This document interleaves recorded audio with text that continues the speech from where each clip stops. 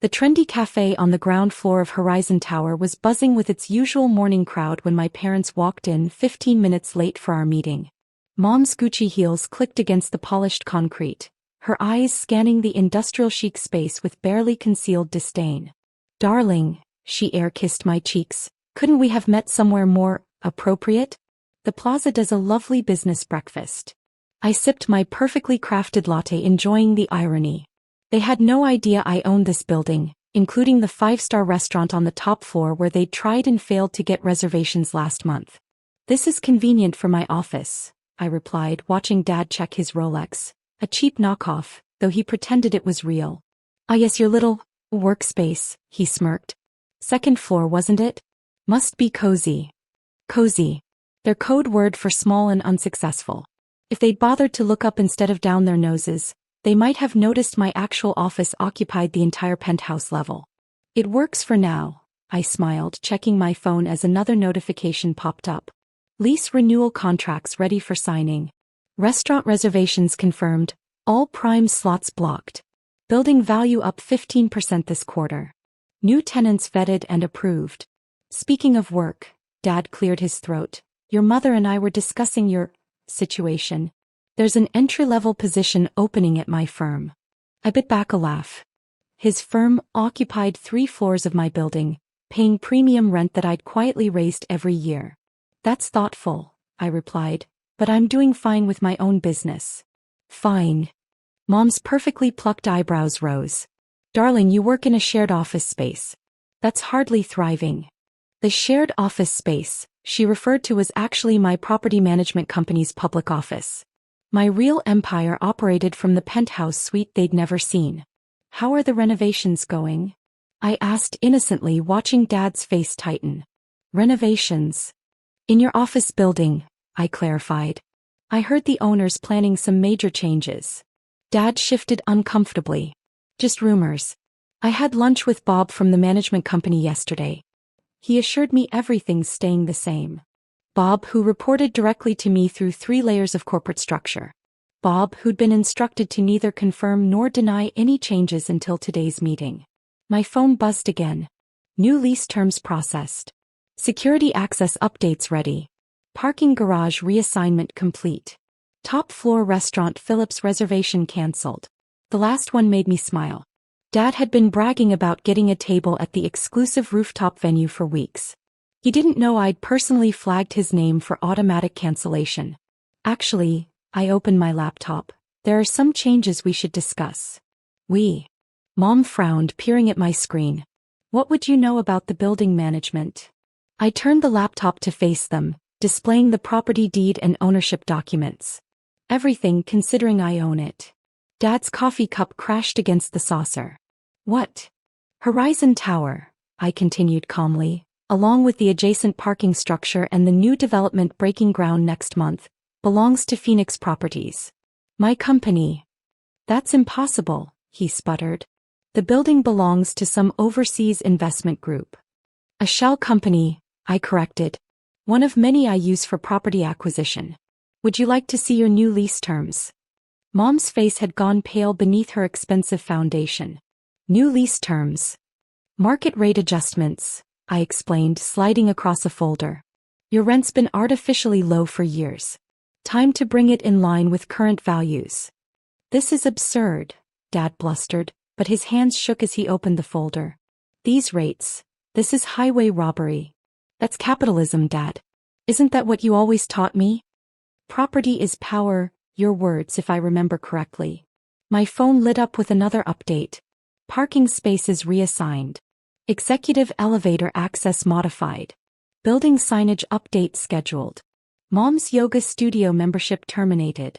The building's gym is being renovated too, I added.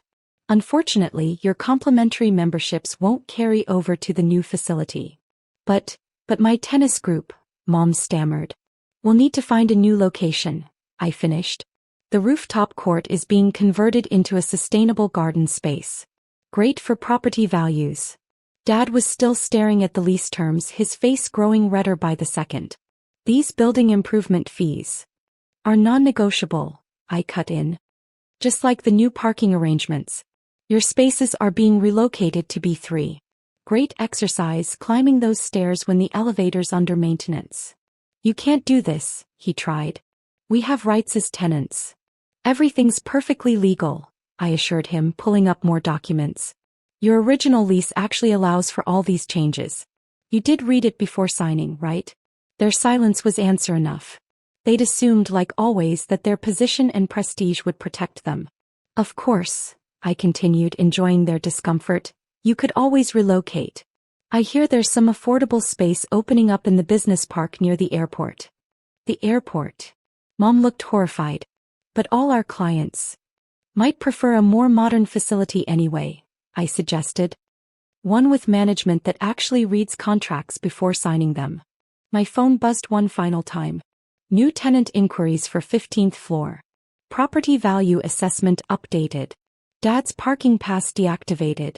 Restaurant confirming Philip's party cancellation. Oh, and Dad. I gathered my things, standing to leave. About your dinner reservation tonight? I'm afraid there was a system error. The restaurant is fully booked through next year. I left them sitting there, surrounded by papers showing just how completely their world had shifted. They'd spent years looking down on my small office, never thinking to look up at who actually owned the sky above them. Sometimes the best revenge isn't just success. It's watching them realize they've been paying rent to the child they called a failure. The next few weeks were a masterclass in watching privilege crumble. I observed it all from my penthouse office, where floor-to-ceiling windows offered a perfect view of their daily struggles. Your father tried to access the executive elevator again, my assistant reported, trying to hide her amusement. Security reminded him it's now penthouse access only. I watched through the security feed as Dad, red-faced and sweating in his designer suit, was directed to the service elevator. 3 times it stopped for maintenance staff before reaching his floor. How's the tenant association meeting going? I asked, knowing exactly how it was going. Your mother's motion to block the renovations was denied. Unanimously. Apparently her, but we've always done it this way, argument wasn't compelling. My phone buzzed with its morning updates. Building improvements on schedule. Dad's private parking spot reassigned to delivery vehicles. Mom's social club access revoked, space being converted. New lease terms distributed, 3 tenants already signed. Miss Phoenix, my assistant called. Your mother's in the lobby. Again. I pulled up the security feed. Mom stood there in last season's Prada, clutching her designer bag like a shield. Send her up. It's time she saw what her struggling daughter has built. The look on her face when the private elevator opened directly into my penthouse office was almost worth the years of condescension. Victoria, she gasped, taking in the panoramic views, the elegant modernist furniture, the clear symbols of success she'd been too blind to see. This is yours. All of it, I confirmed, not offering her a seat. The entire top floor. And the building. And the next 3 developments breaking ground this quarter. But how? She sank into a chair anyway, her perfectly maintained facade cracking. Your father said you were barely making rent in that small office downstairs. That small office is where I meet clients who don't need to know I own the building, I explained, watching her process the layers of deception she'd never suspected. Like Dad's competitors who are currently bidding on his floor space. Her head snapped up. Competitors. Several law firms are very interested in premium office space, I smiled, pulling up the proposals. Firms that, unlike Dad's, understand modern market rates and professional conduct. My phone lit up again. Dad attempting to schedule meeting with property management. Building security upgrades initiated. Mom's yoga group looking for new venue. Social club membership transfers denied. Victoria, be reasonable, she tried. We're your parents. This vendetta. Vendetta. I laughed, the sound sharp enough to make her flinch. Mom, this is business. Pure capitalism. Isn't that what you and Dad always preached? The market determines value. Unless it's your daughter determining that value. The new rates will kill your father's firm, she protested. His outdated practices and overinflated ego are killing his firm, I corrected. I'm just providing the venue for its natural demise. The intercom buzzed. Miss Phoenix? The contractors are ready to begin work on the social club level. Perfect timing, I smiled. Mom, would you like to see what's replacing your precious social club? The new wellness center will be quite impressive, though unfortunately membership will be selective. She followed me to the private elevator, still struggling to reconcile her image of her struggling daughter with the reality of my success. The building improvements she started are transforming this dated structure into a modern business hub, I finished. Complete with sustainable design, tech integration, and amenities that actually matter to today's professionals. And our lease is legally binding, I reminded her. Though there are some interesting clauses about behavioral standards and professional conduct. Dad might want to review those before his next outburst in the lobby. My phone buzzed continuously. Dad's firm losing clients to new tenants. Social media buzz about building upgrades. Property value projections exceeding estimates. Mom's bridge club seeking new venue.